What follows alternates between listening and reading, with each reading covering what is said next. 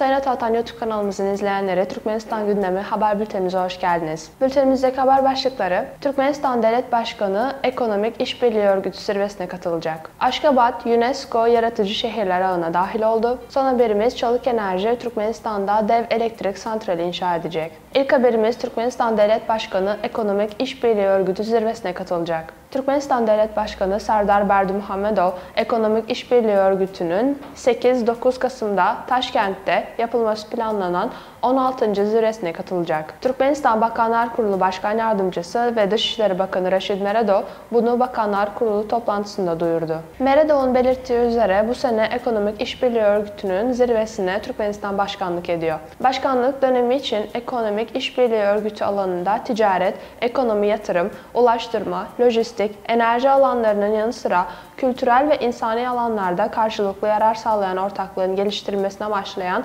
ilgili bir konsept geliştirildi. Örgütün bir önceki zirvesi 28 Kasım 2021 tarihinde Aşgabat'ta gerçekleştirilmişti. Ekonomik İşbirliği Örgütü, Azerbaycan, Afganistan, İran, Kazakistan, Kırgızistan, Pakistan, Tacikistan, Türkmenistan, Türkiye ve Özbekistan'ı kapsayan bölgesel bir ekonomik yapıdır. Örgüt 1985 yılında İran, Pakistan ve Türkiye tarafından kuruldu. Sıradaki haberimiz: Aşgabat, UNESCO Yaratıcı Şehirler Ağı'na dahil oldu. Türkmenistan'ın başkenti Aşgabat şehri, UNESCO Yaratıcı Şehirler Ağı'nın tasarım kategorisine dahil edildi. Bakanlar Kurulu Başkan Yardımcısı, Dışişleri Bakanı Raşid Meredov bunu Bakanlar Kurulu toplantısında bildirdi.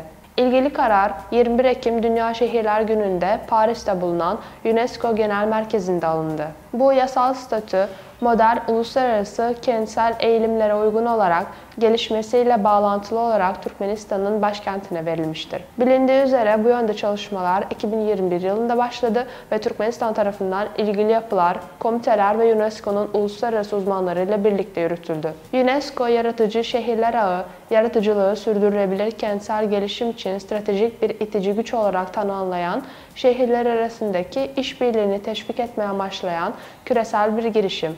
En son eklemelerle birlikte artık ağ, 100'den fazla ülkede 7 yaratıcı alanı temsil eden 350 şehri kapsıyor. El sanatları ve halk sanatı, tasarım, sinema, gastronomi, edebiyat, medya sanatları ve müzik.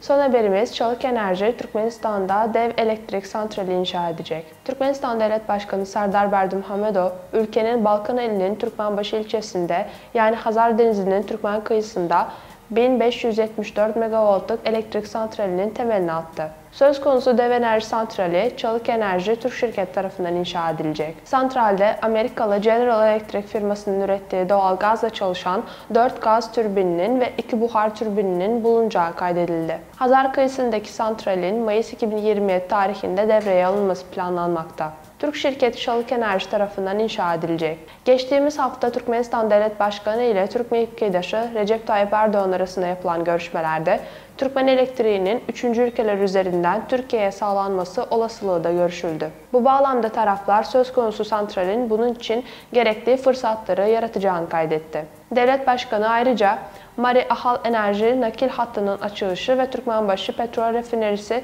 elektrik üretimi için 2 yeni gaz türbin ünitesinin devreye alınmasının açılış törenini online olarak gerçekleştirdi.